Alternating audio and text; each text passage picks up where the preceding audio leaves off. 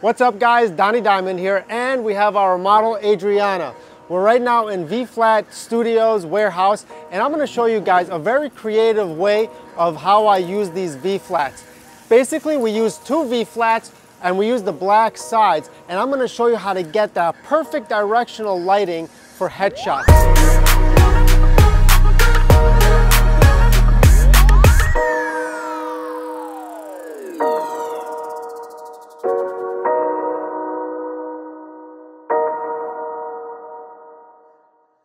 So we use one V-flat over here behind her, and it wraps around the side, creating a shadow on the side of her face. We are also using the V-flat as a background for ourselves right now. Our second V-flat, again, black side facing our model, is right over here on the left side, and they are opposite each other, which is creating a pocket of light, of ambient light coming in. And it's really making it directional because we are having this opening right here, and this is where the lighting is coming in from. We're also not only doing that, but we're sandwiching light from the background. I'm going to show you how right now we have a modeling lamp on our flash set on over here as ambient light. We're going to be using the modeling lamp because the warehouse background is very dark, but you could be in a room where the background has a window or something like that, an open space, and how you're going to be able to get just ambient light coming in from the background. But if you take a look at our model right now, before I even take the shot, you could clearly see how directional the lighting is on her,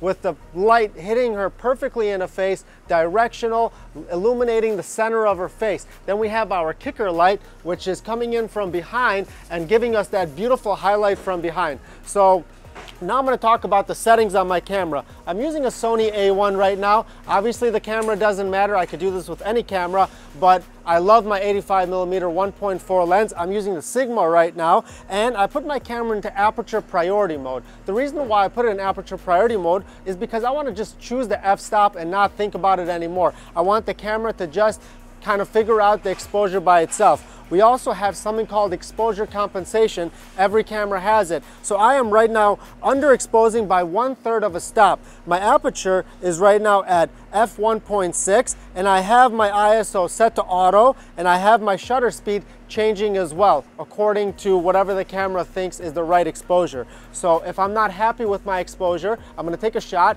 and I'm going to bring down that exposure or bring it up according to how my results are looking.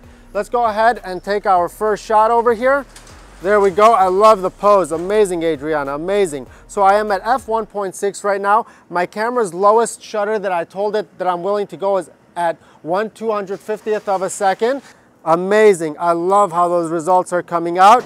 The thing about mirrorless cameras is that what you see on the screen is what you're getting. At least with Sony, it's like this. So when I see my live view, either inside of the viewfinder or on the screen, I don't even have to review my results after because I could see it changing as I shoot. So right now, if I bring up my exposure up, you could see how right away my results are becoming brighter, and I bring it down and now it's underexposed. So let's take a shot right now. I'm going to show you guys how accurate this is. Go ahead and take the shot. Boom.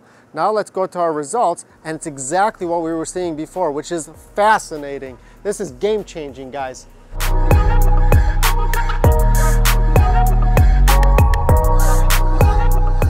Now, here's another thing with this setup.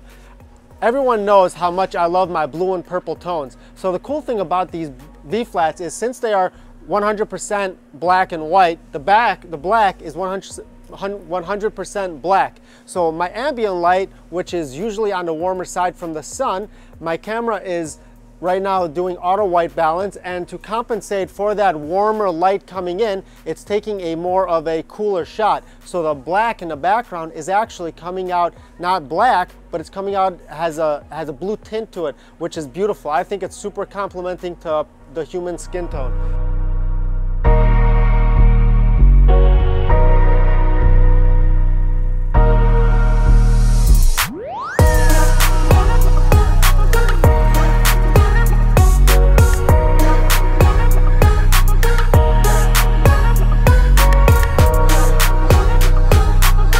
Alright guys, there you have it. How I use just good old V-flats to create the background and the perfect lighting in almost any scenario possible. I like it too much though. Let's continue shooting.